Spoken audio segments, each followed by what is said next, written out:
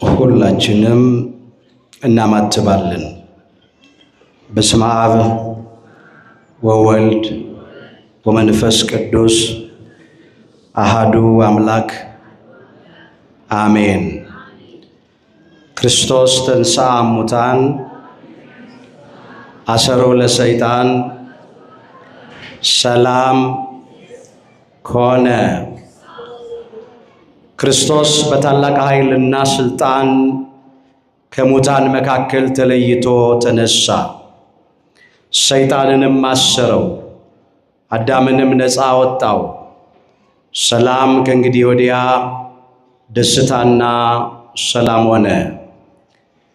ክቡራን አበው ሊቃውንተ ቤተ ክርስቲያን በየማይረጋችሁ አባቶቼ ካህናት፣ ክቡር መምህራችን መጋቤ ሐዲስ መምህር ገብረ መስቀል በላይ የዚሁ ቤተ ክርስቲያን የስብከተ ወንጌል ክፍል ኃላፊ፣ ክቡራን በአገልግሎት የምትመስሉኝ ወንድሞቼ መምህራን ወንጌል፣ ወንድሞች ዲያቆናት፣ የእግዚአብሔር ልጆች፣ የድንግል ማርያም ወዳጆች እንደምን አመሻችሁ።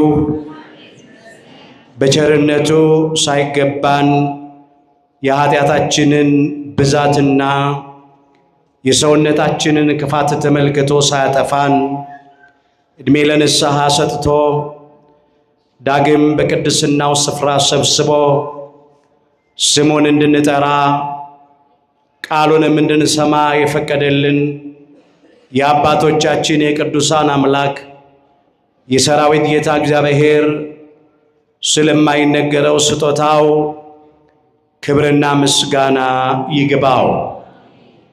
የእናታችን የእመቤታችን የቅድስተ ቅዱሳን የድንግል ማርያም የወላዲተ አምላክ ረድኤትና በረከት ለዘላለሙ በሁላችን ላይ አድሮ ይኖር። በቅድሚያ አምላካችን እግዚአብሔር ሁላችንን በቸርነቱ ጠብቆ እንኳን ለብርሃነ ትንሣኤው በዓል በሰላምና በጤና አደረሰን አደረሳችሁ።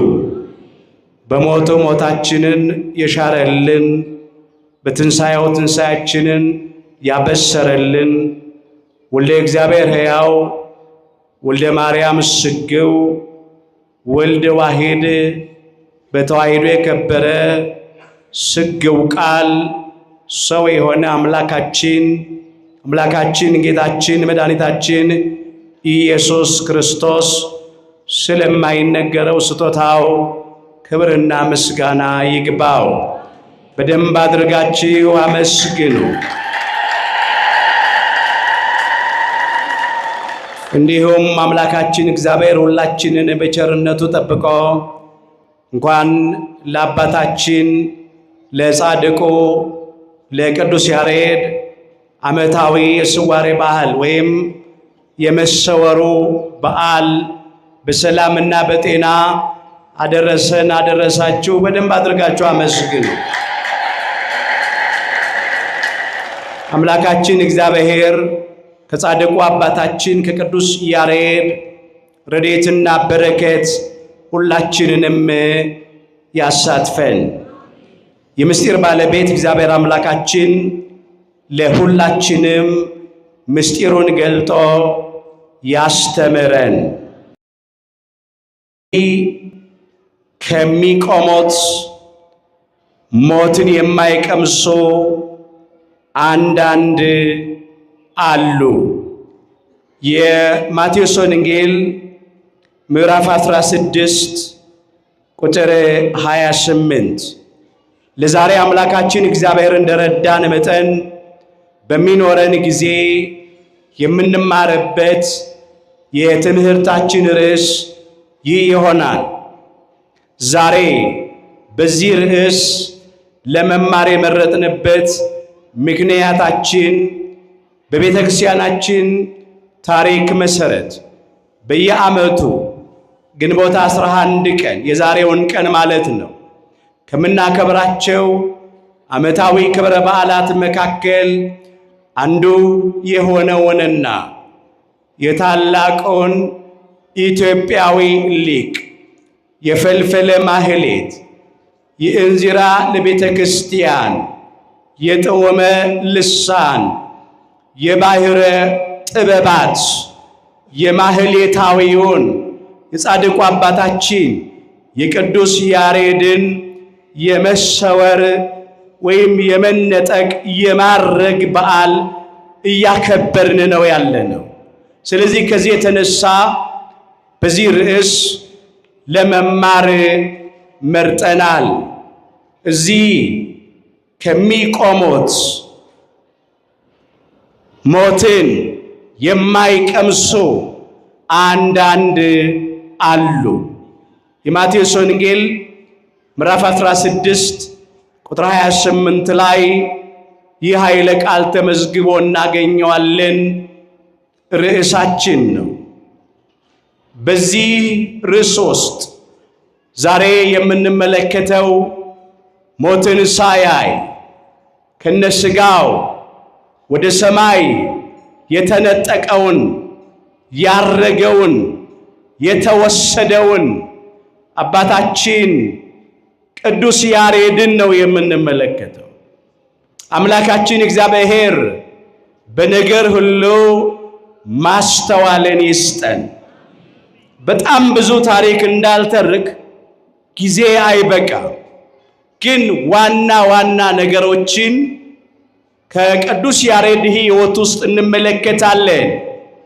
በመጀመሪያ አባታችን ቅዱስ ያሬድ ማን እንደነበረ፣ በዚህ ምድር እንዴት አድርጎ እንደተመላለሰ፣ የመነጠቁ የመሰወሩ ነገር ምን እንደሚመስል ለቤተ ክርስቲያን ያበረከተውን ነገር ተመልክተን ዛሬ እኛ ይህንን በዓል ስናከብር ምን ልናደርግ እንደሚገባን አንስተን ትምህርታችንን እንጠቀልለዋለን። አምላካችን እግዚአብሔር በነገር ሁሉ ማስተዋልን ይስጠን። እስቲ በሉ ከኔ ጋራ እዚህ ከሚቆሙት በሉ ሞትን የማይቀምሱ አንዳንድ አሉ።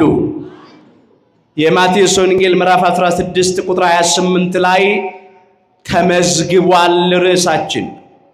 በዚህ ስፍራ ይሄንን ቃል የተናገረው አምላካችን ጌታችን መድኃኒታችን ኢየሱስ ክርስቶስ ነው። አምላካችን ኢየሱስ ክርስቶስ በመዋዕለ ስብከቱ ሕሙማነ ሥጋን በእጁ ታምራት፣ ሕሙማነ ነፍስን በቃሉ ትምህርት እየፈወሰ በሚመላለስበት ጊዜ ይህንን ቃል ለጊዜው ሁሉን ትተው ለተከተሉት፣ ከዋለበት ለዋሉት፣ የእጁን ታምራት ላዩት፣ የቃሉን ትምህርት ለሰሙት ለቅዱሳን ሐዋርያቱ ተናግሮታል። እዚህ ከሚቆሙት ሞትን የማይቀምሱ አንዳንድ አሉ አለ። በተለይም አምላካችን ጌታችን መድኃኒታችን ኢየሱስ ክርስቶስ ዳግም በክበበ ትስብእት በሰው መጠን በግርማ መለኮት በመለኮታዊው ግርማ ከእልፍ አእላፋት ወትልፊት አእላፋት ቅዱሳን መላእክት ጋራ ለፍርድ እስከሚመጣበት ቀን ድረስ ሞትን የማይቀምሱ አንዳንድ አሉ ብሎ አንስቷል። ከ12ቱ ቅዱሳን ሐዋርያት መካከል አንዱ የሆነው ሐዋርያውና ወንጌላዊው ቅዱስ ዮሐንስ ወልደ ነጎድጓድ ሞትን ሳያይ ተሰውሯል፣ አርጓል። እዚህ ከሚቆሙት ሞትን የማይቀምሱ አንዳንድ አሉ ያለው ከቅዱሳን ሐዋርያት መካከል ሐዋርያው ወንጌላዊው ቅዱስ ዮሐንስ ወልደ ነጎድጓድ ነበረና ስለሱ የተነገረ ቃል ስለሱ ብቻ ግን አይደለም። ከርሱም በኋላ ሞትን ያላዩ ከነስጋቸው የተነጠቁ ወደ ሰማይ ያረጉ ቅዱሳን አሉ። በብሉይ ኪዳን እነ ነቢየ እግዚአብሔር እነ ቅዱስ ሄኖክ ሞትን ሳያዩ ተነጥቀዋል።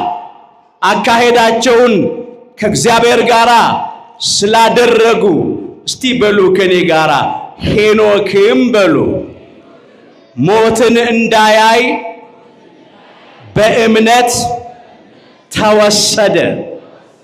ዕብራውያን ምዕራፍ 11 ቁጥር 5 ላይ ተመዝግቧል። እንደገና በሉ ሄኖክም በሉ ሞትን እንዳያይ በእምነት ተወሰደ። ምንን እንዳያይ? ሞትን እንዳያይ። ሞትን ካልቀመሱት ሞትን ካላዩት መካከል አንዱ ነቢየ እግዚአብሔር ቅዱስ ሄኖክ ነው። በሕገ ልቡና ከነበሩት ቅዱሳን አበው መካከል ሃይማኖቱን አጽንቶ ምግባሩን አቅንቶ ስለተገኘ አካሄዱን ከእግዚአብሔር ጋር ስላደረገ እግዚአብሔር ስለወሰደው አልተገኘም ይላል። እሱ ብቻ አይደለም። ነቢየ እግዚአብሔር ቅዱስ ኤልያስም ሞትን ሳያይ ከነስጋው ተነጥቋል። እስቲ በሉ ባካችሁ ኤልያስም በሉ በአውሎ ነፋስ ወደ ሰማይ ወጣ። ሁለተኛ ነገሥት ምዕራፍ 2 ቁጥር 11። ነቢየ እግዚአብሔር ቅዱስ ኤልያስ ደግሞ በሕገ ኦሪት ይመሩ ከነበሩት ቅዱሳን ነቢያት መካከል አንዱ ነው። የእግዚአብሔር ቀናተኛ ነቢይ ማለት ነው።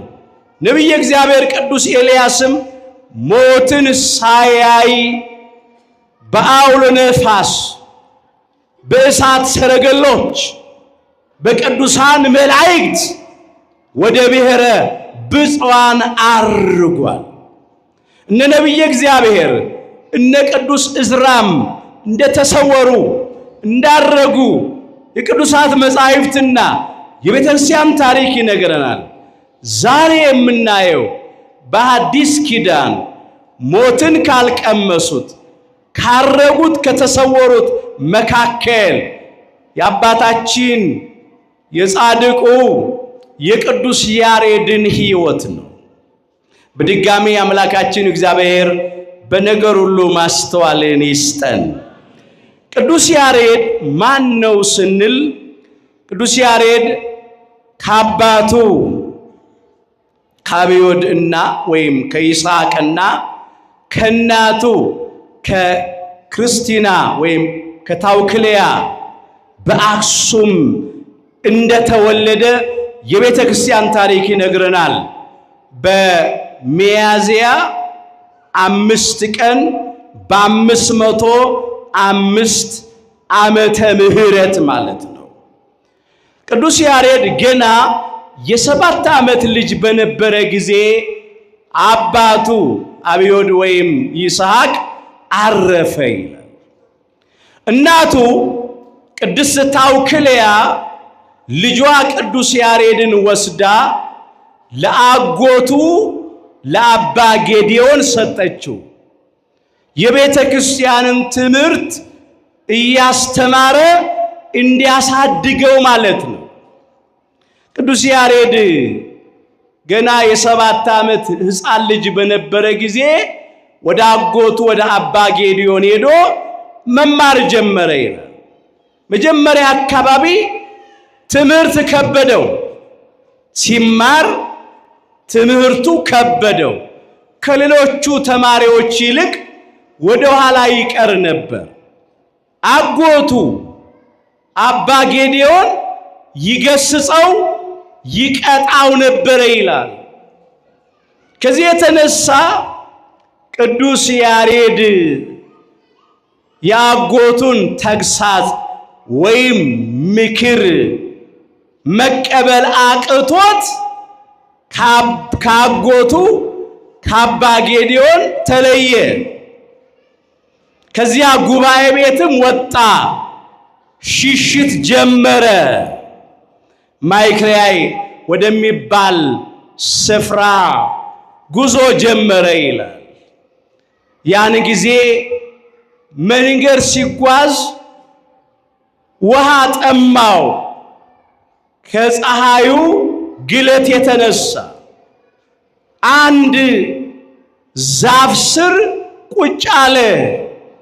ውሃ ጠጥቶ ለማረፍ ማለት ነው።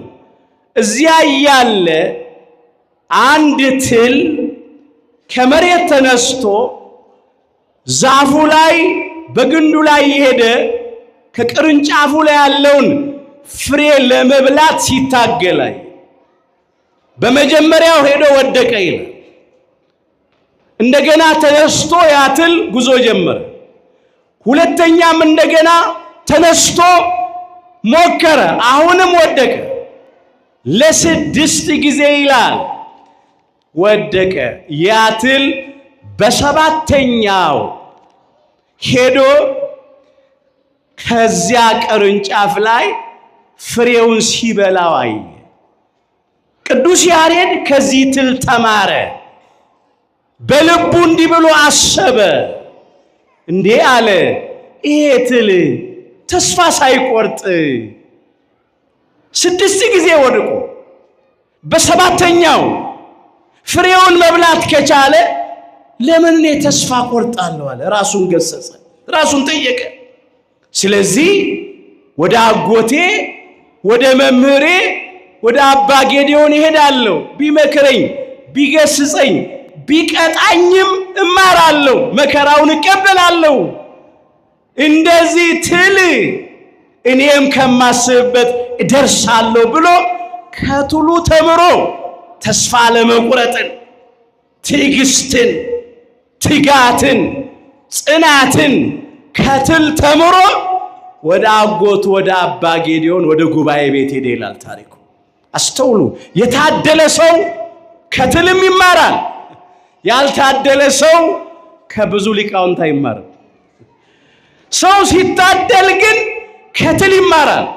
እግዚአብሔር በአንድ ወይም በሌላ መንገድ ይናገራል፣ ሰው ግን አያስተውለውም ይላል መጽሐፈ ኢዮብ ምዕራፍ 33 ቁጥር 14 ላይ የተመዘገበ ይለቃል። አዎ እግዚአብሔር በብዙ መንገድ ይናገራል። ቅዱስ ያሬድን በዚያ ትል ተናገረ። ስለዚህ አስተዋለ።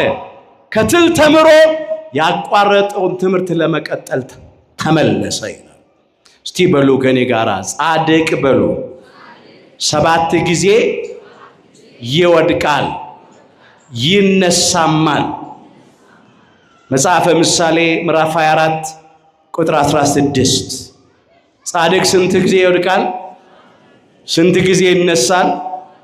7 ጊዜ። ትሉ 6 ጊዜ ወደቀ፣ በሰባተኛው ተነሳ። ከዚያ ደረሰ ካሰበበት። ትልቁ ነገር ወድቆ አለመቅረት ነው፣ መነሳት ነው። ቅዱስ ያሬድ ተነሳ። ካጎቱ ከአባ ጌዴዎን እግር ስር ቁጭ ብሎ መጻሕፍትን መማር ጀመረ። ብሉያቱን፣ ሐዲሳቱን፣ የሊቃውንትን መጻሕፍት፣ የመነኮሳቱን መጻሕፍት ተማረ።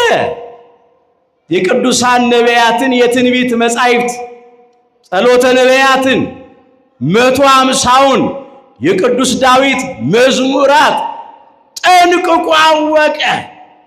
በቤተ ክርስቲያን በወቅቱ አሉ የሚባሉትን መጻሕፍት ተማረ።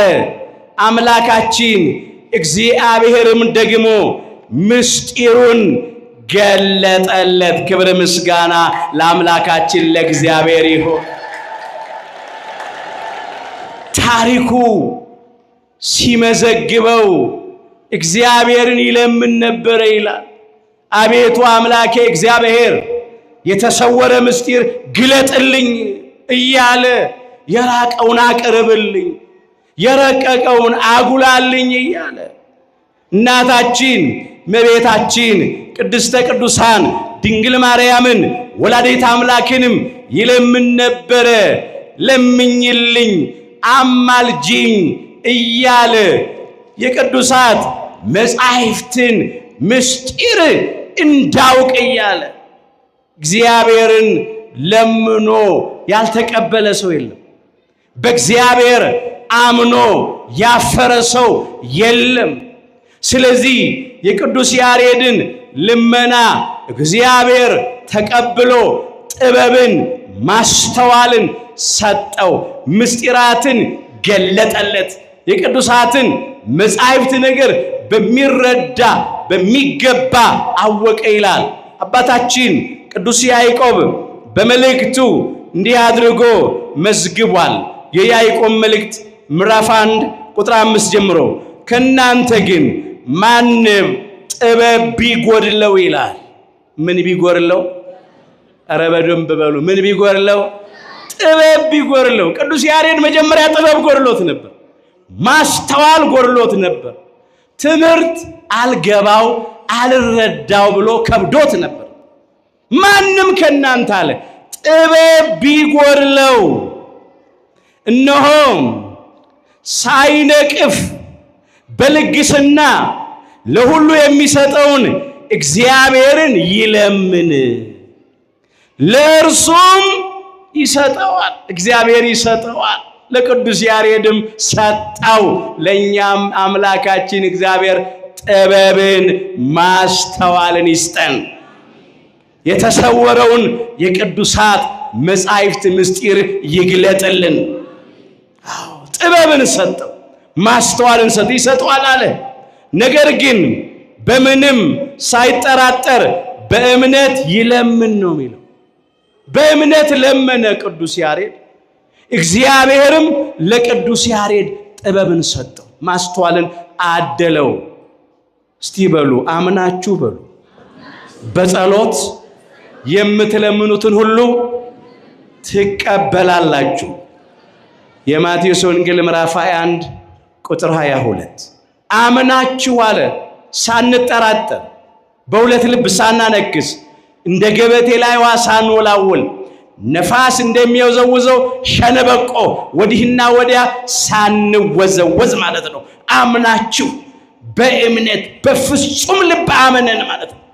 የምትለምኑትን ሁሉ ትቀበላላችሁ። የሚጠቅመን ከሆነ የሚያስፈልገን ከሆነ አምላካችን እግዚአብሔር የምንለምነውን ብቻ መሰላችሁ እንደሚሰጠን? ከምንለምነው በላይ የሚሰጠን አምላካችን ነው። ቅዱስ ያሬድ ለመነ፣ ከእግዚአብሔርም ተቀበለ። ያውም የለመነውን ብቻ አይደለም፣ ከለመነው በላይ እግዚአብሔር ሰጠው። ሰማያዊውን ምስጢር፣ ዘላለማዊውን ምስጢር፣ ሰማያዊውን ምስጋና 24ቱ ካህናተ ሰማይ እልፍ አእላፋት ወትልፊት አእላፋት ቅዱሳን መላእክት በሰማያት እግዚአብሔርን የሚያመሰግኑበትም ምስጋናና ዜማ ገለጠለት። ክብር ምስጋና ለአምላካችን ለእግዚአብሔር ይሁን።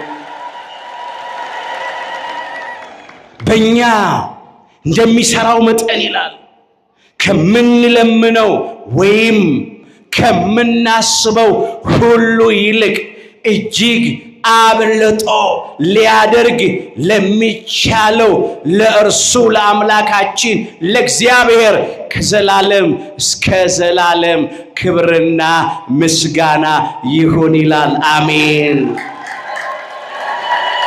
ቅዱስ ጳውሎስ በኤፌሶን መልእክቱ ምዕራፍ 3 ቁጥር 20 ላይ መዝግቦታል። እስቲ በሉት ባካችሁ። በእኛ በሉ እንደሚሰራው መጠን ከምንለምነው ምን ከምንለምነው ወይም በሉ ከምናስበው ሁሉ ይልቅ በሉ ምን ከምንለው ይልቅ ከምናስበው ሁሉ ይልቅ አለ። እጅግ አብልጦ ምን ብሎ እጅግ አብልጦ ሊያደርግ ለሚቻለው ለእርሱ ክብርና ምስጋና ይሆናል። በደንብ አድርጋችሁ አመስግኑት። እንዲህ አይነት አምላክ ነው ያለ።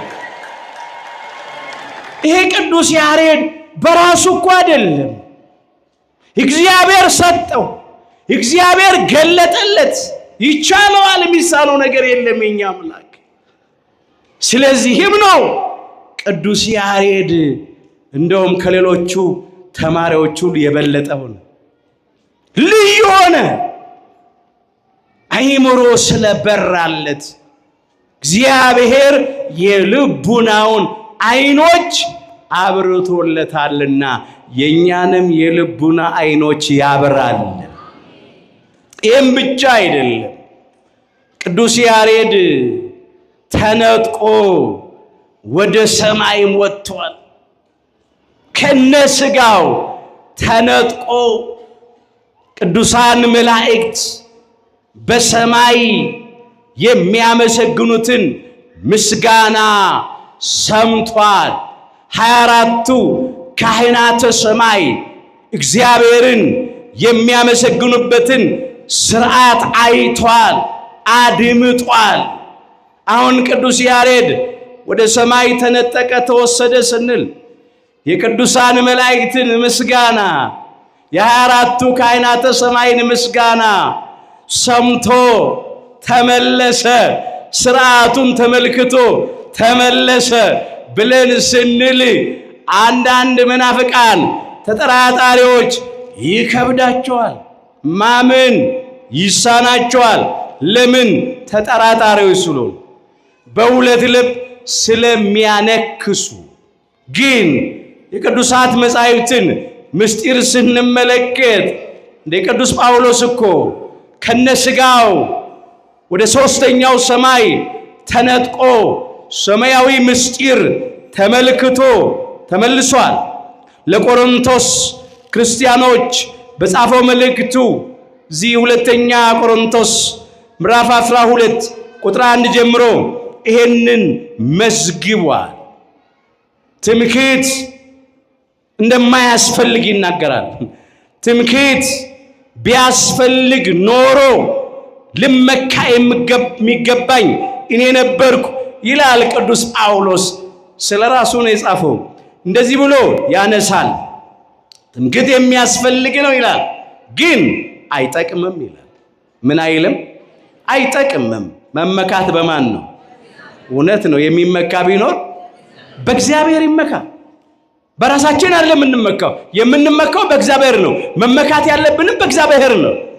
ለዚህ ነው ትምክህት የሚያስፈልግ ነው፣ ነገር ግን አይጠቅምም አለና እንዲህ አለ። ነገር ግን በጌታችን ወዳለው ራእይና መገለጥ እመጣለሁ አለ። ይሄ ራእይ ምንድን ነው? ይሄ መገለጥ ምንድን ነው ብሎ ቢጠይቁ እንዲህ ብሎ ያነሳል። ሰውን በክርስቶስ አውቃለሁ፣ በሥጋ እንደሆነ አላውቅም፣ ወይም ከሥጋ ውጭ እንደሆነ አላውቅም፣ እግዚአብሔር ያውቃል አለ። ስለ ራሱ ነው የሚናገረው። ሰውን በክርስቶስ እንደሆነ አውቃለሁ፣ በሥጋ እንደሆነ ወይም ከሥጋ ውጭ እንደሆነ አላውቅም። ለምን? እንዲህ ያለው ሰው አለ። ስለ ራሱ ነው የተናገረው። እንዲህ ያለው ሰው ከ14 ዓመት በፊት እስከ 3ኛው ሰማይ ድረስ ተነጠቀ ይላል። እስከ ስንተኛው ሰማይ? እስከ 3ኛው ሰማይ ድረስ ተነጠቀ። ቅዱስ ያሬድም ተነጠቀ። 24ቱ ካህናተ ሰማይ በሰማይ የሚያመሰግኑትን ምስጋና አደመጠ። ቅዱሳን መላእክት የሚያመሰግኑበትን ምስጋና አደመጠ። ሥርዓታቸውን ተመለከተ።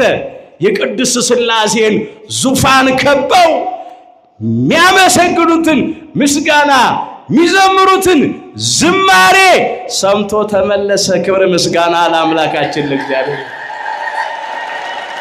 እስከ 3ኛው ሰማይ ድረስ ተነጠቀ ብሎ አነሳ ቅዱስ ጳውሎስ።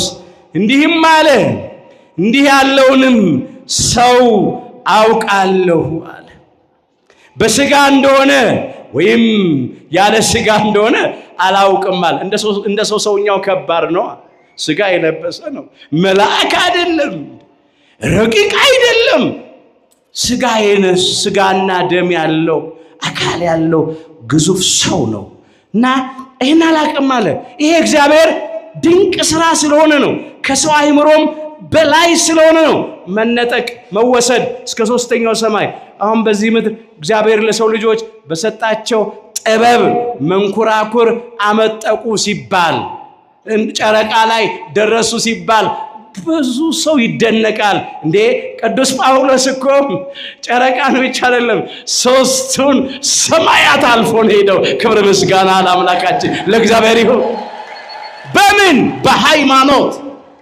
በምን? በምግባር አካሄዱን ከእግዚአብሔር ጋር በማድረግ በመንፈሳዊ ሕይወት ምንም ነገር አላስፈለገውም። መንኩራኩር አላስፈለገውም።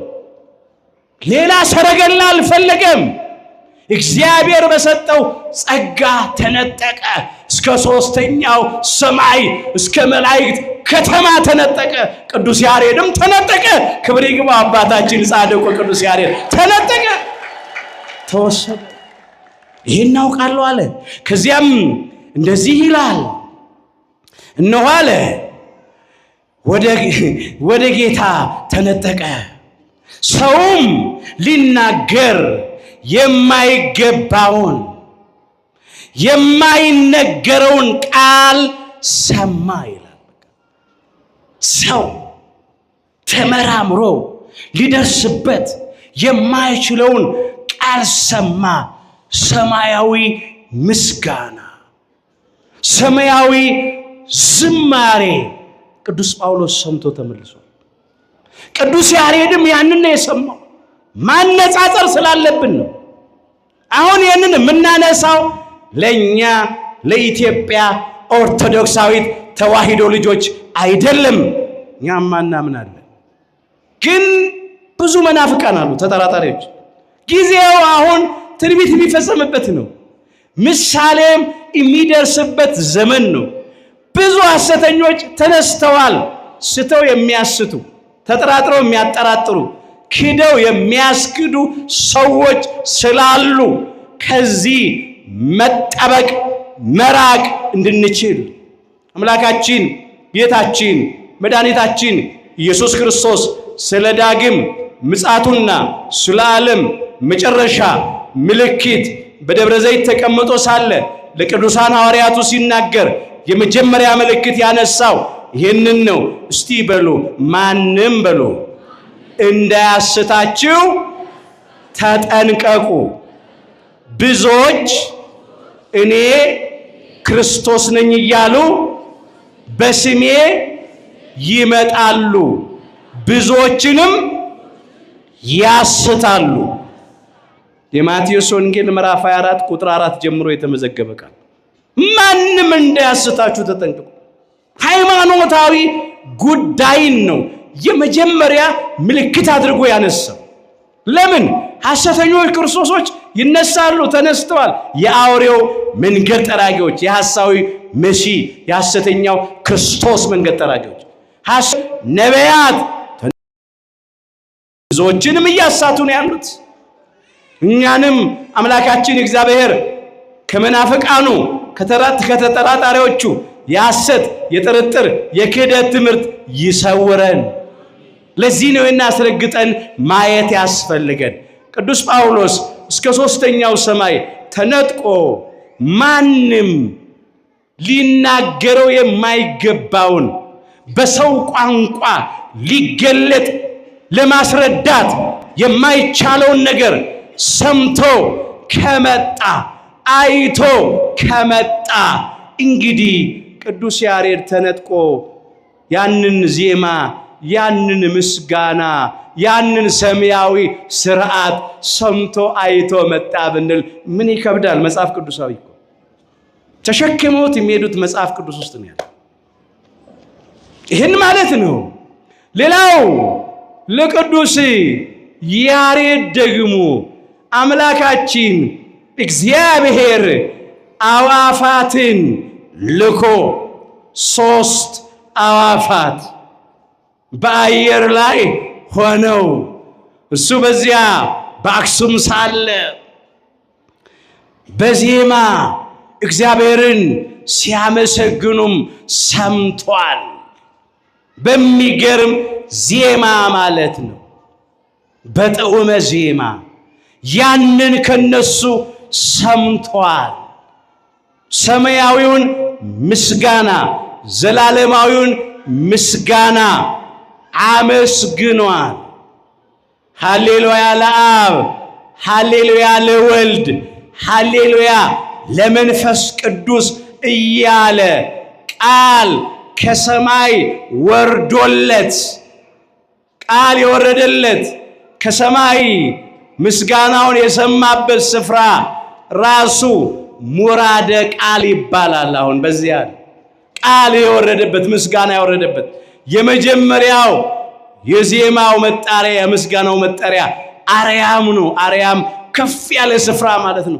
ድምፁን አሰምቶ በታላቅ ቃል እግዚአብሔርን ስላመሰገነ ከመላእክት ተምሮ ክብር ምስጋና ለአምላካችን ለእግዚአብሔር ይሁን።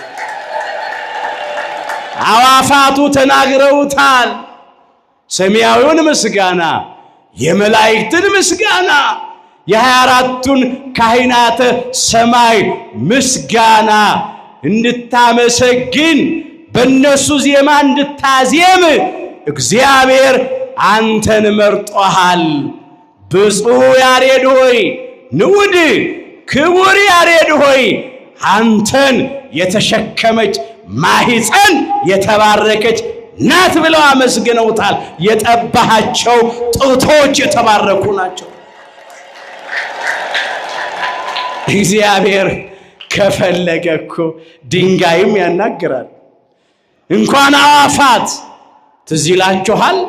በሆሳዕና በዛ በቢታንያ ሕፃናት ሲያመሰግኑ እማፈ ደቂቅ ወሕፃናት አስተዳልወ ከስብሐት ይላል። ከሕፃናትና ከሚጠቡት አንደበት ምስጋና ለራስህ አዘጋጀ። የዳዊት መዝሙር 8 ቁጥር 2 ላይ ይሄ ቃል እንዲፈጸም የ40 ቀን የ80 ቀን ሕፃናት የመንፈቅ የዓመት የ2 ዓመት ልጆች አንደበታቸው ተከፍቶ ለአምላካችን ለጌታችን ለመድኃኒታችን ለኢየሱስ ክርስቶስ ምስጋና አቅርበዋል።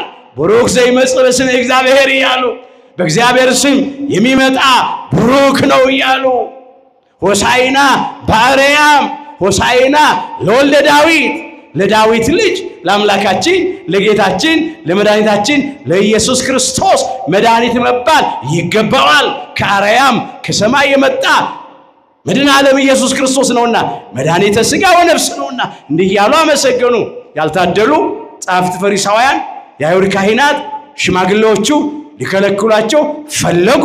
አምላካችን ኢየሱስ ክርስቶስ ከሚጠቡትና ከሕፃናት አንደበት ምስጋናን ለራስ አዘጋጀ ተብሎ የተጻፈውን ያነበባችሁበት ጊዜ የለም አላቸው። በዚያ በማቴዎስ ወንጌል ምዕራፍ 21 ቁጥር 16 ጀምሮ የተመዘገበ ቃል ደግሞ እንዲህ አለ።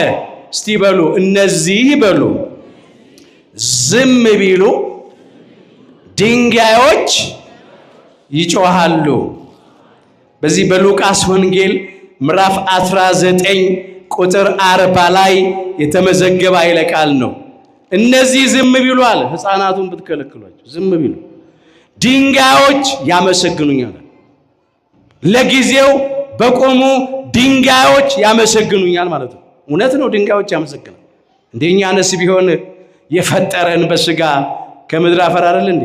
እግዚአብሔር አምላክም ሰውን ከምድር አፈር አበጀው፣ በአፍንጫውም ሕይወትን እስትንፋስ እፋለበት፣ ሰውም ሕያው ነፍስ ያለው ሆነ አይደል የሚለው ዘፍጥረት ምዕራፍ 2 ቁጥር 7 ላይ ከአራቱ ባህሪያተ ሥጋና ከሶስቱ ባህሪያተ ነፍስ የተፈጠርነው። እኛም እኮ ይሄ ለበስነው ሥጋ አካላችን አፈር ነው ወይም ጭቃ ነው። ይህን ማለት እኮ ነው። ምን ይገርማል! በአፍንጫችን የሕይወት እስትንፋስ እፍ ስለተባለብን ነው እንጂ በቆሙ ድንጋዮች ያመሰግናሉ ማለት ነው። እሱ ብቻ ግን አይደለም። ድንጋዮች ብለው ሚንቋቸው ጣዖት አምላኪዎች አሕዛብን ያመለክታል። ለምን? ከአምልኮተ ጣዖት ወደ አምልኮተ እግዚአብሔር የተመለሱ አሉ። ከአሕዛብም መካከል ከቀራጮች ከጋለሞቶች መካከል እግዚአብሔርን ለማመስገን የታደሉ ያመኑ አሉና እናንተ ዝም ብትሉ እነኚህንም ልጆች ብትከለክሏቸው ድንጋዮች ያመሰግኑኛል አለ። ስለ አሕዛብም የተነገረ ቃል። ምን ይሄ ብቻ!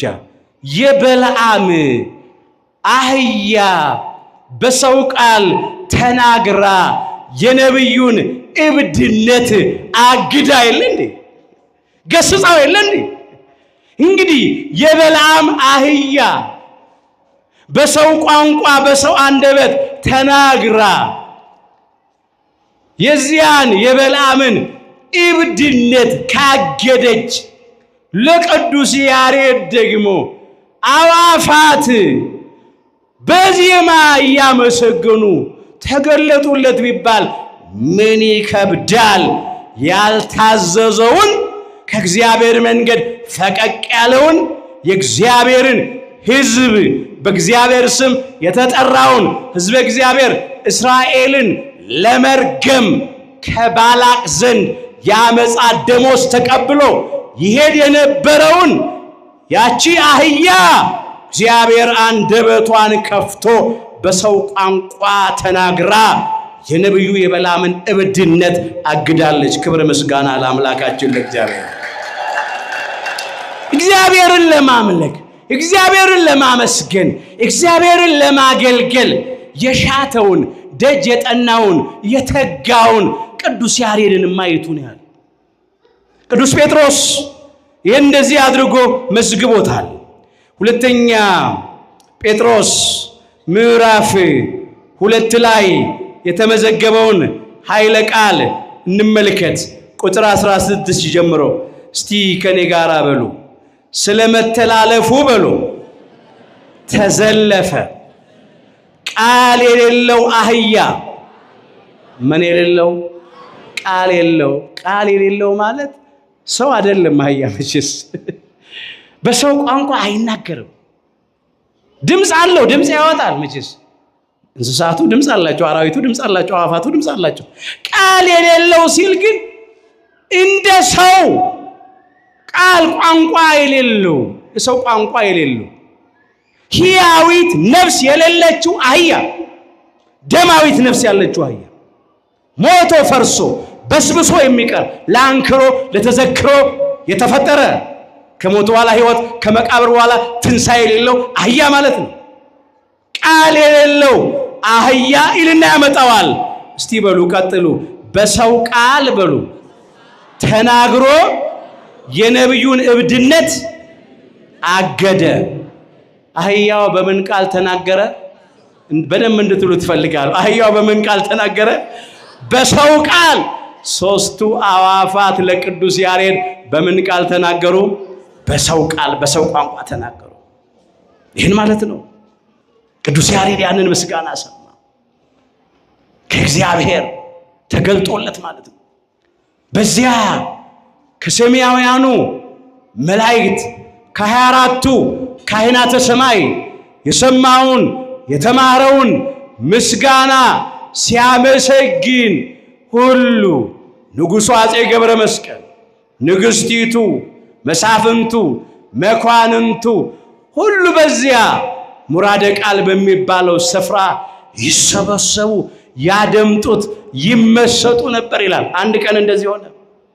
ቅዱስ ያሬድ ተመስጧል፣ ወደ ሰማይ ተነጥቋል፣ በምስጋና ተወስዷል። በስጋ ምድር ላይ ነው ያለው፣ ሕሊናው ግን ተነጥቆ ተወስዷል።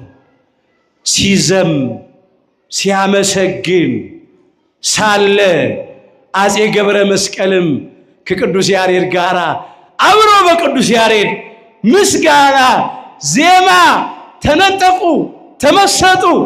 ለምን? ዜማው ጥዑም ነበር፣ ይጣፍጣል። ሳያውቁት የያዙትን ያ በትረ መንግስት ጦር ነው፣ ከጫፉ ስለት አለው። ቢወረውሩት ልክ እንደሱ እኮ ዘማለሁ ብለው ነው ሄዶ ቅዱስ ያሬድ እግር ላይ ተተከለ። ደሙ ይፈስ ነበር። አፄ ገብረ መስቀል ጦሩን እግሩ ላይ እንደሰኩ አያውቁም። ቅዱስ ያሬድም እግሩ ላይ ጦር ተሰክቶ ደሙ እንደሚፈስ አላስተዋልም። ለምን? ተወስዷላ፣ ተነጥቋላ። ምንም የህመም ስሜት አልተሰማው። ልክ ምስጋናውን ዜማውን ጨርሶ ሲመለስ ጦሩ እግሩ ላይ ተሰክቷል፣ ደሙ ይፈሳል። አፄ ገብረ መስቀልም ያንን አዩ፣ እጅግ አዘኑ በሆነው ነገር። እንዲህም አሉ፣ አሳዝኛለሁ፣ ደምህን አፍስሻለሁ እና እባክህ ምን ካሳ ልክፈልህ አሉ። ምን ላድርግልህ? ምን እንድሰጥ ትፈልጋለህ? ቅዱስ ያሬድ እንዲህ አለ፣ እኔ በምድር ያለ ምንም ነገር አልፈልግም፣ አንድ ነገር ብቻ ፍቀዱልኝ አለ አፄ ገብረ መስቀልን፣ በዘመኑ የነበሩትን ንጉሥ ማለት። አሁን አስተምሬ ብዙ ደቀ መዛሙርት አውጥቻለሁ፣ ሳገለግል ቆይቻለሁ። አሁን ይፍቀዱልኝና እኔ ከሰው ርቄ ንጽህና ቅድስናዬን ጠብቄ እግዚአብሔርን በገዳም በምናኔ በቤቱና ሳገለግለው ልኑር፣ ይሄም ብቻ ፍቀዱልኝ፣ ሌላ ምንም አልፈልግም። አስተውሉ። አሁን ንጉሥ የሀገር መሪ እንደው ምን ላድርግላችሁ ብሎ ቢጠይቅ እኛ ምንድን ነው የምንለው? ጥያቄያችን ምን ይሁን? እናንተው ራሳችሁ መልሱት። መሬት ነው? ገንዘብ ነው? ምንድን ነው? ሌላ ነገር ነው የምንጠይቀው። ቅዱስ ያሬድ ግን ምድራዊውን ስጋዊውን ዓለማዊውን ነገር አይደለም የለመነው፣ መንፈሳዊውን ሰማያዊውን ዘላለማዊውን ነገር ለመነ። በቃ ምድራዊ መልአክ መሆንን መረጠ። ከሕገ ሥጋ ሕገ ነፍስ ይሻላል፣ ከሕገ እንስሳት ሕገ መላእክት ይሻላል። እኔ በብቸኝነት ልቤ ሳይከፈል እግዚአብሔርን እያገለግል እንድኖር ሳገለግለው እንድኖር ፍቀዱልኝ አለ። ንጉሡ አፄ ገብረ መስቀልም እያዘኑ ፈቀዱለት። ከዚያም ቅዱስ ያሬድ ከአፄ ገብረ መስቀል ተለይቶ ከአክሱምም ወጥቶ ምናኔ ጀመረ። ወደ ሰሜን ተራሮች ሄደ ይላል። በዚያ በደብረሃዊ በዚያ ኖረ።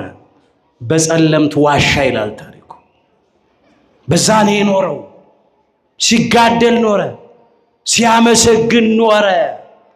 በሚገርም ሁኔታ ወገኖች ለካህናቱ፣ ለሊቃውንቱ፣ ለቤተ ክርስቲያን አስፈላጊውን ነገር አድርጎ ነው የመነነው።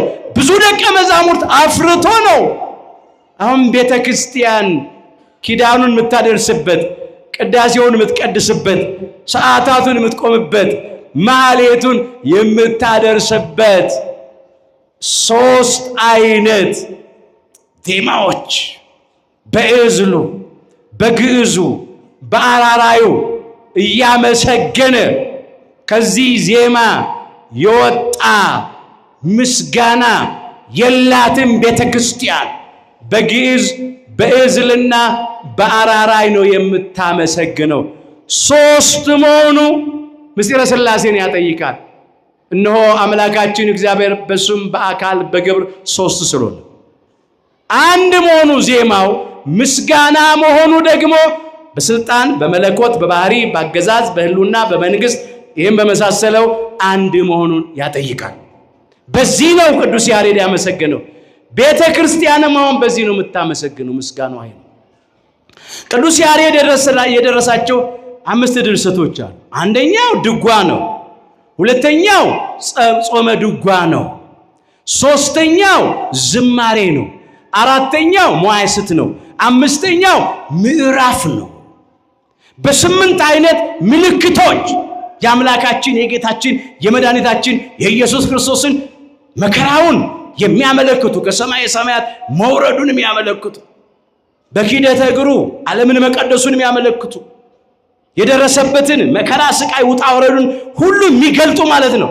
በተለይ ቅዱስ ያሬድ ራሱ እነኚህን ምልክቶች በቤተ መቅደሱ በሕንፃው ላይ ገልጧቸዋል። በውበት ተመዝግቧል። አለ ዞራችሁ ያላያችሁ ይሁ ከእድሳቱ በኋላ እዚህ አለ። ምስጋናውም አለ። ያው ድርሰቱ እኮ እዚህ ፊት ለፊት እኮ አለ፣ ይታያችኋል።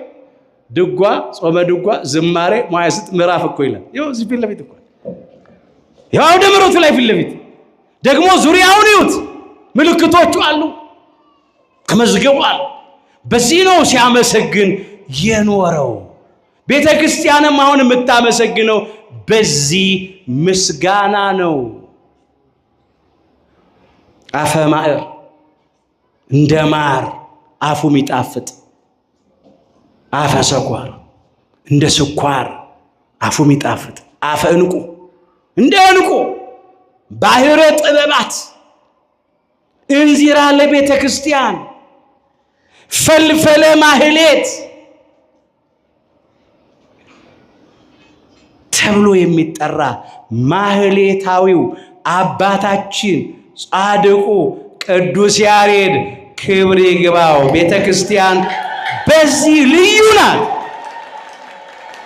ቅዱስ ያሬድ ይሄን ዜማ ይሄን ምስጋና ከመላእክት እስከሚማር እስከሚሰማ ከ24ቱ ካህናተ ሰማይ እስኪሰማ ድረስ ቤተ ክርስቲያን የምታመሰግንበት ምስጋና በወርድ ነባም ነበር። እንዲህ ዜማ ቅዱስ ያሬድ እንደደረሰው ዜማ አልነበራትም ነው የቤተ ክርስቲያን ታሪክ። እሱ ግን ያንን ደረሰ። ደግሞ የሚገርማችሁ ከብሉያቱ ከሐዲሳቱ ከሊቃውንት መጻሕፍት ከመጽሐፈ መነኮሳት ወስዶ ልክ ንብ ከልዩ ልዩ አበቦች ቀስማ የሚጣፍጥ ማር እንደምታዘጋጅ ማለዳ ማለዳ አዲስ የሆነ ምስጋና፣ የማይሰለች ምስጋና፣ የሚጣፍጥ ምስጋና ደርሷል ቅዱስ ያሬድ።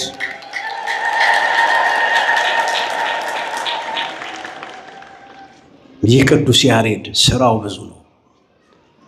ቤተ ክርስቲያን ውበቷ ቅዱስ ያሬድ ነው። አዎ አስተውሉ።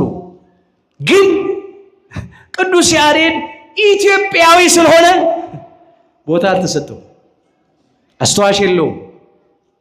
ከሱ በኋላ የተነሱ ዳንኪራ የሚረግጡ የሚጨፍሩ የሚደንሱ የሚዘፍኑ ትውልዱን ወደ ዝሙት የሚዳርጉ ዘፋኞች ግን ትልቅ ክብርና ቦታ አላቸው።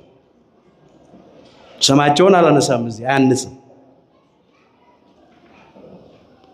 ቅዱስ ያሬድ መንፈሳዊውን ዜማ ሰማያዊውን ምስጋና ነፍስን የሚያረካት ልብን የሚያሳርፍ መንፈስን የሚያድስ የሚያጽናና የሚያረጋጋ የተቆረጠ ተስፋን የሚቀጥል ሁከትን አርቆ ሰላም የሚሰጥ ምስጋናው እንዲህ ያለውን ግን ማን ያስታውሰዋል? ቅዱስ ያሬድ በቤተ ክርስቲያን ብቻ ነው የሚታሰበው። እሱም እውነቴን ነው የምላችሁ የሚገባውን ያህል ክብርና ቦታ አልተሰጠውም።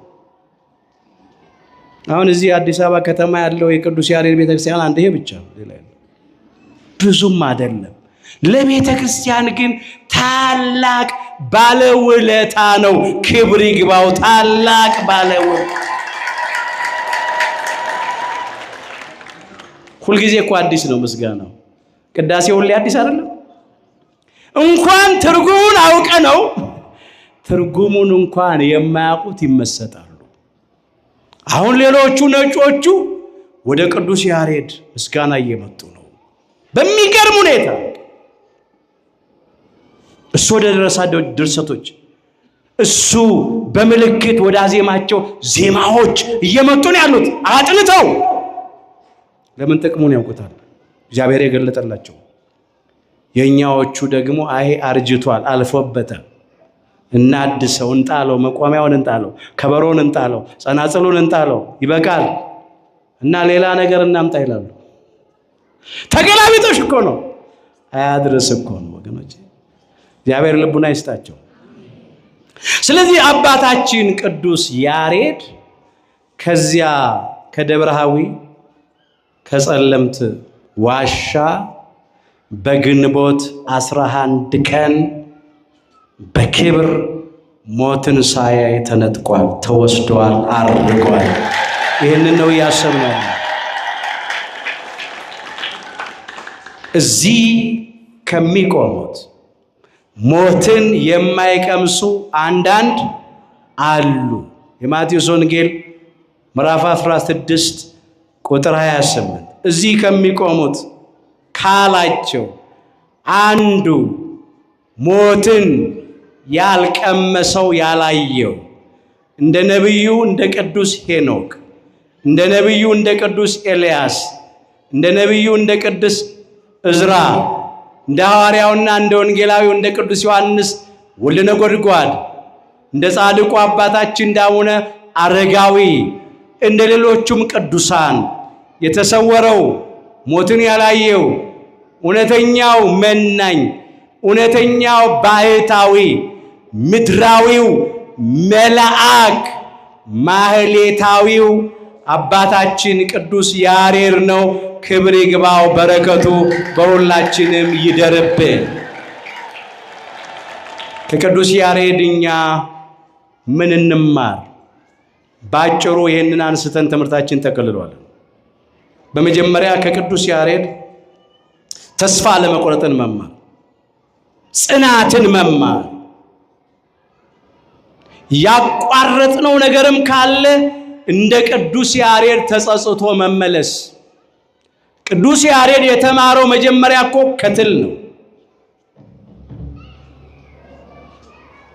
ትሉን አይቶ ነው ተመልሶ ትምህርቱን የቀጠለው። ተስፋ ሳይቆርጥ ያ ትል 6 ጊዜ ወድቆ በሰባተኛው ሊበላ የተመኘውን ፍሬ ደርሶበት እንደበላ እኔም እኮ ተስፋ ካልቆረጥኩ ተግቼ ከተማርኩ መከራውን በትዕግስት ከተቀበልኩ ካሰብኩበት ደርሳለሁ ብሎ ተመለሰ። አጎቱ አባ ጌዲዮንን ይቅርታ ጠየቀ። እኛም ጀምረን ያቋረጥነው ነገር ካለ በመንፈሳዊ ጉዞ ማለት ነው ገብተን ከወጣን ትምህርት ቤት ገባኩ፣ ጉባኤ ቤት ገባ፣ ከዛ ወጣ፣ እንደገና ተመለሰ፣ እንደወጣ አልቀረም። እግዚአብሔር የወጡት እንደወጡ ያስቀራቸው። ያቋረጡ ሰዎች እኮ አሉ። ጉባኤ መማር ጀምሮ ያቋረጧል። መቆረብ ጀምረው ያቋረጧል። ማስቀደስ ጀምረው ያቋረጧል። የቤተ ክርስቲያን ትምህርት፣ የአብነት ትምህርት፣ ድቁና መማር ጀምረው ያቋረጧል። ቅዱስ ያሬድ ጀመረ ግን አላቋረጠም፣ ጨረሰ። በውበት ጨረሰ፣ በሚገርም ሁኔታ ጨረሰ። ለብዙ ሰዎች ተረፈ። ለአንድ ሰው ለሁለት ሰው ብቻ መሰላችሁ እንዴ? ለሚሊዮኖች ተረፈ። ክብር ይግባው፣ ለሚሊዮኖች ተረፈ። መጀመሪያ ራሱን አትርፎ ሌሎቹን አተረፈ። የተረፈ ያተርፋል። የዳነ በሱ ምክንያት ሰዎች ይድናሉ። ስለዚህ አሁንም ከቅዱስ ያሬድ እንደወጡ አለመቅረትን፣ ተስፋ አለመቁረጥን፣ በመከራ መታገስን፣ በፈተና መጽናትን እንማራለን። ትጋትን፣ ታታሪነትን እንማራለን። ግለጥልኝ አለ። ማስተዋል ስጠኝ፣ ጥበብ ስጠኝ፣ ትምህርት እንዲገባኝ እንዲረዳኝ አይነ ልቡናዬን አብራ አለ። እኛም እንዲህ እንበለው። አልሳካ ካለ፣ አልገባ ካለን፣ ከከበደን፣ ከተቸገርን እንለምነው።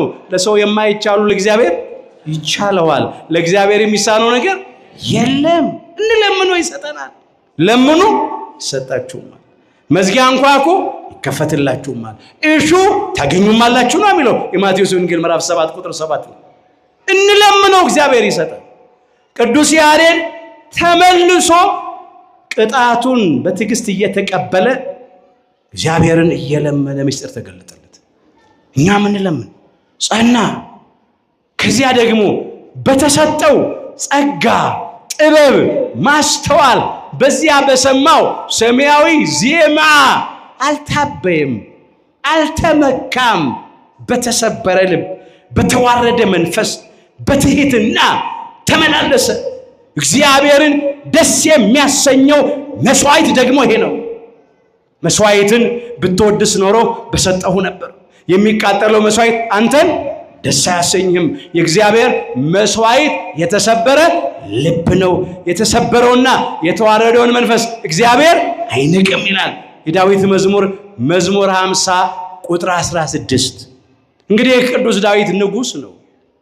መስዋዕት ማቅረብ ይችላል። ሰንጋ መንዳት፣ ሙኩት መጎተት፣ እልፍ የዘይት ፈሳሽ ማምጣት ይችላል። ወርቁን፣ ብሩን፣ ዕጣኑን፣ ጧፉን፣ ሻማውን፣ ዣንጥላውን መስጠት ይችላል። ግን እግዚአብሔር ከዚህ በላይ የሚደሰተው በተሰበረ ልብ ነው፣ በተዋረደ መንፈስ ነው፣ በትህትና በመመላለስ ነው። ቅዱስ ያሬድ በተሰጠው ጸጋ አልታበየም። እኛ እኮ ትንሽ ነገር ካወቅን አንቻልም።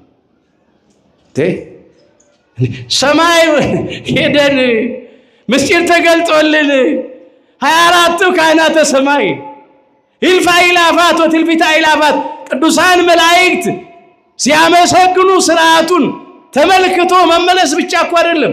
ትንሽ ነገር በዚች እንትን ካለን ኢየሩሳሌም ደርሰን ከመጣን ማን ይችላል?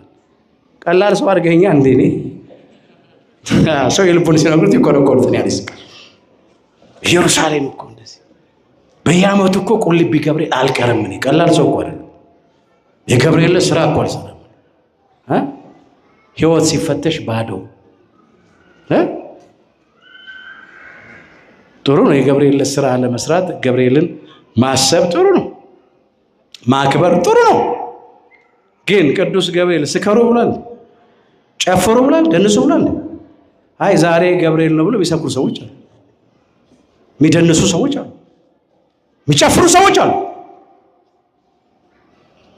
ያለ ቦታው የሚጠቀስ ጥቅስ ቅዱስ ያሬድ ግን በዛ ቅድስና በዛ ንጽህና እየኖረ ምንም ትዕቢት የለም። ለእግዚአብሔር የታዘዘ ራሱ ዝቅ አድርጎ ይኖር ነበረ። እስቲ በሉ የታዘዛችሁትን ሁሉ በሉ ባደረጋችሁ ጊዜ የማንጠቅም ያዎች ነን፣ ልናደርግ የሚገባውን አድርገናል በሉ። አይገርማችሁ? አምላካችን ጌታችን መድኃኒታችን ኢየሱስ ክርስቶስ የተናገረው ቃል ነው። እንደገና እንድትሉ ተፈልጋለሁ። የታዘዛችሁትን ሁሉ በሉ ባደረጋችሁ ጊዜ አድርገናል በሉ። የሉቃስ ወንጌል ምዕራፍ 17 ቁጥር 10 ላይ የተመዘገበ ብንጾም፣ ብንጸልይ፣ ብንሰግድ፣ ብናስቀድስ፣ ብንመጸውት፣ ሰዓታት ብንቆም፣ ማህሌት ብናደርስ፣ ብንዘምር፣ ብንሰብክ፣ ተአምራት ብናደርግ፣ ምንም አይነት በጎ ስራ ብንሰራ፣ ጸጋው ቢበዛልን ልንል የሚገባው ምንድነው? የማንጠቅም ባሪያዎች ነን። ባሪያዎች ብቻ አይደለም ያለው፣ የማንጠቅም ባሪያዎች ነን። ልናደርግ የሚገባውን አድርገናል ብሎ ነው። እኛ ቆመን እዚህ ጋርም ትንሽ ከሰበክን ማን ይችላል? እኔ ያልሰበኩት ስብከት እኮ በቃ ሰው አይሰማም ነው። እኔ ያልዘመርኩት ዝማሬ ገብቶ ሲቀድስ ትንሽ እንደው ጡመ ዜማ ልሳኑ ያማረ ከሆነ በቃ ዜማውን ገለበጠው። እኔ በሆነ ኖሮ ቀሽረው ነበር፣ አሳምረው ነበር። መተቸት፣ መናቅ የሌላውን አገልግሎት በእኛ ዘንድ ይህ አይደረግ። ቅዱስ ያሬድ በዚያ በመሰለ በጦም ዜማ በሚጣፍጥ ዜማ እያመሰገነ ያንን ሁሉ ድርሰት ደርሶ እርሱ ያልዘመረው ስለምን አለ? ስለ ስንቱ ልንገራችሁ። ግን ትዕቢት የለም፣ ትህትና፣ የተሰበረ ልብ፣ የተዋረደ መንፈስ። እግዚአብሔርም በጸጋ ላይ ጸጋ፣ በክብር ላይ ክብር ጨመረለት። ለምን? እግዚአብሔር ትዕቢተኞችን ይቃወማል ይላል፣ ለትሑታን ግን ጸጋና ሞገስን ይሰጣል ይላል። አንደኛ ጴጥሮስ ምዕራፍ 5 ቁጥር 5 ላይ አምላካችን እግዚአብሔር በትህትና ኖረን ጸጋውን እንድንቀበል ሁላችንን በቸርነቱ ይርዳን። እግዚአብሔር ትዕቢተኞችን ይቃወማል፣ ለትሑታን ግን ጸጋውን ምን ያደርጋል? ያበዛል። ለእኛም አምላካችን እግዚአብሔር በትሕትና ተላልሰን በተሰበረ ልብ በተዋረደ መንፈስ ኖረን ጸጋውን እንዲያበዛልን በቸርነቱ ይርዳን። ቅዱስ ያሬድ ከነስጋው ተነጥቋል፣ ተሰውሯል። ይሄም በዓል ነው የምናከብረው። እዚህ ከሚቆሙት ሞትን የማይቀምሱ አንዳንድ አሉ ነው ያልነው፣ ጌታችን እስኪመጣ ድረስ እስከ ፍርድ ቀን እስከ ዕለተ ምጽአት ድረስ ማለት ነው። ከዛ ይለወጣሉ። እኛ ዛሬ በስጋ እንድናርግ አይደለም፣ በልቡናችን እንድናርግ፣ እንድንነጠቅ፣ እንድንወሰድ ያስፈልጋል። ሁለት ነገር እንመልከትና ይበቃናል። ቅዱስ ጳውሎስ ለቆላሲስ ምእመናን በጻፈው መልእክቱ እንዲህ አድርጎ መዝግቧል። ቆላሲስ ምዕራፍ 3 ከቁጥር 1 ጀምሮ የተመዘገበውን ኃይለ ቃል እንመለከተዋለን። እስቲ ከኔ ጋር በሉት። እንግዲህ በሉ ከክርስቶስ ጋር ከተነሳችሁ፣ ከክርስቶስ ጋር ምን ካላችሁ? ከተነሳችሁ። ክርስቶስ በሉ በእግዚአብሔር ቀኝ ተቀምጦ ባለበት በላይ ያለውን እሹ፣ በላይ ያለውን አስቡ እንጂ በምድር ያለውን አይደለም። ከክርስቶስ ጋር ከተነሳችሁ። ከክርስቶስ ጋር ምን ካላችሁ? ከተነሳችሁ። በመጀመሪያ በጥምቀት ከክርስቶስ ጋር ተነስተናል። መቼ?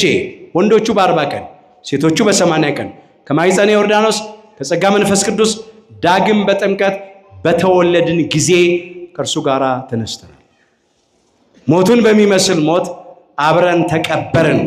ያ የተጠመቅንበት መጠመቂያው ጥምቀተ ባሕሩ የጎልጎታ ምሳሌ ነው።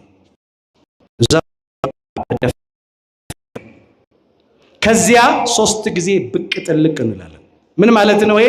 አምላካችን ኢየሱስ ክርስቶስ በጎልጎታ መቃብር 3 ቀንና 3 ሌሊት አደረ ስንል ነው። ከዚያ ሞት ድል አድርጎ ተነሳ ስንል ነው። ከሱ ጋር አብረን በጥምቀት ተቀበርን። ከዚያ ደግሞ ከሱ ጋር አብረን ምን አደረግን? ተነሳን። ይሄም ማለት ነው ቆላሲስ ምዕራፍ 2 ቁጥር 12 ጀምሮ ተመልከቱት። ከሱ ጋር በጥምቀት አብራችሁ ተቀብራችሁ ይላል። በእርሱ በማመናችሁ ደግሞ ከሱ ጋር አብራችሁ ተነሳችሁ ይላል። ጥምቀት የክርስቶስ የሞቱና የትንሣኤው ተሳታፊዎች ስለሚያደርገን ማለት ነው። ከሱ ጋር ተነስተናል የምንለው እንዲህ ነው። ሌላው በተስፋ ነው። በሞቱ ሞታችንን ሽሯል፣ በትንሣኤው ትንሣኤያችንን አብስሯል። የእሱ ትንሣኤ ለእኛ ትንሣኤ በኩር ነው፣ አብነት ነው። እኛም ሞተን ፈርሰን በስብሰን አንቀርም። ከሞት በኋላ ሕይወት፣ ከመቃብር በኋላ ትንሣኤ አለን። እግዚአብሔር የሁላችንን ትንሣኤ የክብር ያድርግልን። ያንን ማለት ነው በተስፋ በትንሣኤ ዘጉባኤ እንነሳለን። ሌላው ከክርስቶስ ጋር መነሳት ማለት የህሊና ትንሣኤ ወይም የልቡና ትንሣኤ ማለት ነው። ከተቀበርንበት የኃጢአት የጨለማ ሥራ የሥጋ ሥራ የበደል መቃብር እግዚአብሔር ሁላችንም ያንሳል። በክህደት በአምልኮተ ጣዖት በጥርጥር መቃብር የተቀበሩትን ከተቀበሩበት የክህደት የጥርጥር የአምልኮት መቃብር ያውጣልን፣ ከሞት ወደ ሕይወት ይመልስልን። ይህን ማለት ነው ከክርስቶስ ጋር ከተነሳችሁ። ክርስቶስ በእግዚአብሔር እሪና በላይ ባለበት ያንን ሰማያዊ ዘላለማዊ ክብር እሹ፣ ፈልጉ፣ ተመኙ እንጂ የምድሩን የሥጋውን የሚያልፍ የሚቀረውን የሚጠፋውን አይደለም ማለት። ቅዱስ ያሬድ በሥጋው ተነጠቀ፣ ተሰወረ። የእኛን ህሊና አምላካችን እግዚአብሔር ወደ ሰማይ ይንጠቅልን፣ ይውሰድልን። ከሥጋዊው ከምድራዊው ከዓለማዊው ከኃጢአት ሥራ ከዲያብሎስና ከሰራዊቱ ፈቃድ ከአጋንንት ሁሉ አሰራር እግዚአብሔር ሁላችን ይሰውረን። አምልኮተ ጣዖቱ፣ ዝሙቱ፣ ፍርድ ማጓደሉ፣ ድሃ መበደሉ፣ ጉቦ መቀበሉ፣ ጎጠኝነቱ፣ መለያየት፣ መበላላት፣ መነካከሱ፣ ቂም በቀለኝነቱ ይሄ ሁሉ የምድር ሐሳብ ነው። የሥጋ ነው፣ የአጋንንት ነው፣ ከላይ አይደለም። እኛ ልናስብ የሚገባው ሰማያዊ ነው። የመጨረሻ የመጽሐፍ ቅዱስ ጥቅሳችን ነው ለዕለቱ ትምህርታችን። በልቡ በሉ የላይኛውን መንገድ የሚያስብ ምስጉን ነው። የዳዊት መዝሙር 83 ቁጥር 5 እንደገና በሉት። በልቡ በሉ የላይኛውን መንገድ የሚያስብ ምስጉን ነው። እግዚአብሔር ከምድራዊው፣ ከስጋዊው፣ ከዓለማዊው ከማይጠቅመው ሐሳብ እግዚአብሔር ሁላችን ይሰውረን። ለምን? በልብ የታሰበ ነው በቃል የሚነገረው፣ በልብ የታሰበ ነው በድርጊት የሚፈጸመው። ልብ ቁልፍ ነው። በቃ የህይወት መውጫ ልብ ነው። ስለዚህ ሐሳብ በጎ ከሆነ ቃላችን በጎ ይሆናል፣ ስራችን በጎ ይሆናል። ሁላችን ልቡና ይጠብቀልን። እዚህ ከሚቆሙት ሞትን የማይቀምሱ አንዳንድ አሉ። የማቴዎስ ወንጌል ምዕራፍ 16 ቁጥር 28 አምላካችን እግዚአብሔር ከጻድቁ አባታችን ከቅዱስ ያሬድ ረድኤት፣ በረከት፣ ጸጋ ሁላችንንም ያሳትፈን፣ የሁላችንን መጨረሻችንን በቸርነቱ ያሳምርልን። ይቆየን።